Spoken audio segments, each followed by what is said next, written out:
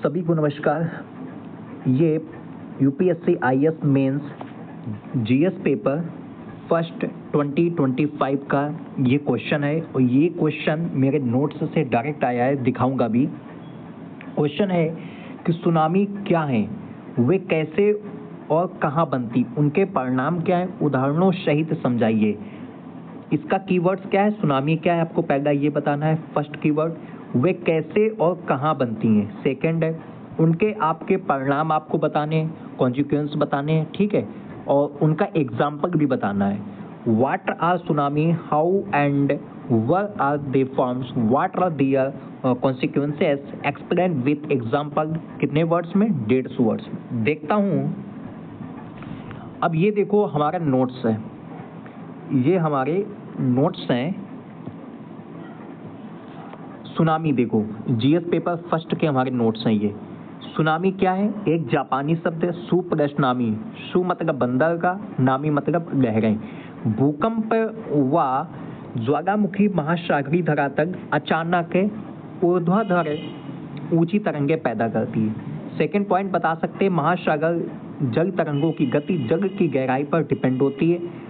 उथले सागर में अधिक गति, इसी कारण सुनामी तटों पर अधिक नुकसान पहुंचाती है। गहरे समुद्र में सुनामी के लहरों की लंबाई अधिक, ऊंचाई कम होती है। इसके विपरीत उथले सागर में तरंग लंबाई कम और ऊंचाई ज़्यादा होती है, 15 मीटर प्लस होती है। अब देखो मैंने डायमेंशन से एक बना दिया, मैंने एक चार्ट बना दिया, फ्लो बनाया कि इसके प्रभाव क्या हो सकते हैं। प्रभाव क्या हो सकता है? तटीय क्षेत्र जलमग्न है, ठीक है, मानव गति क्षति है, आधारभूत ढांचा क्षति है, इसके बाद आपका पर्यटन नुकसान है, परिवहन संचार निकट है, सामाजिक आर्थिक संकट है।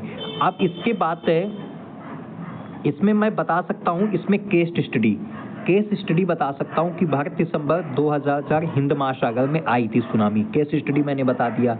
अब यहाँ पे आपका एक अलग एक जब एग्जामिनर आपकी कॉपी चेक करेगा तो उसको लगेगा कि बच्चे को नॉलेज है, बच्चे ने चीज़ अच्छी डाली है, ठीक है। केस स्टडी, भारत में सुनामी जोखिम क्या है? भारत पूर्वी व पश्चिमी तट रेखा सुबेद कम से कम 2200 किलोमीटर तट रेखा पर, यानी कि घनी आबादी है, ठीक। इसके बाद आपका ये है कि भारतीय द्वीप है, अंडमान निकोबार लक्षद्वीप सुबेद है।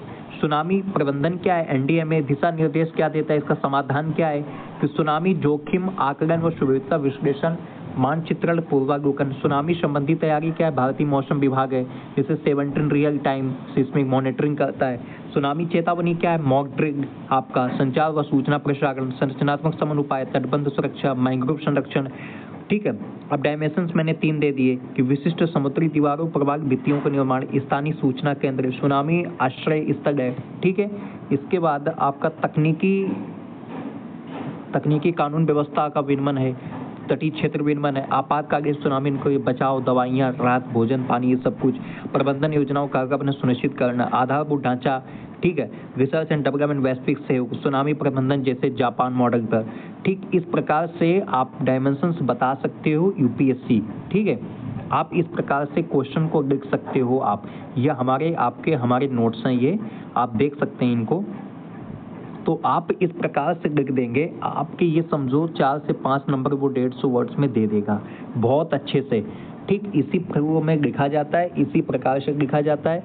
मैं आपको दिखाना चाहता था, ये हमारे डायरेक्ट क्वेश्चन, ये डायरेक्ट हमारे नोट्स से देख लो। क्वेश्चन भी दिखा देता हूँ मैं, देखो क्वेश्चन भी है ना। सुनामी कैसे बनती आपको मैंने बता दिया, कहाँ बनती, कैसे बनती, उनके परिणाम मैंने बता दिए, एग्जाम्पल मैंने उनको देखो बता दिया। 2004 का सुनामी बता दिया, रिसेंटली आप बता सकते हो हर चीज़ें का, ठीक है। तो आई होप आपको चीज़ ये समझ में आई होगी, ठीक है। आपको अच्छा लगे तो लाइक, शेयर, सब्सक्राइब, कमेंट जरूर कीजिए और बताइएगा कैसा लगा। आपके कहने का मतलब ये कि आप पढ़ो, अच्छे से पढ़ो, उसके नोट्स बनाओ। आपको मैंने दिखाया है कि क्वेश्चन हमारे डायरेक्ट से, ठीक है। तो अच्छे से पढ़िए, चीज़ों को समझते जाइए, ठीक है। आई होप आपको अच्छा लगे तो यार एक लाइक, एक सब्सक्राइब करना, ठीक है। डायरेक्ट क्वेश्चन मेरे ये नोट्स से है, ठीक है, आप देख सकते हो। तो थैंक यू सो मच।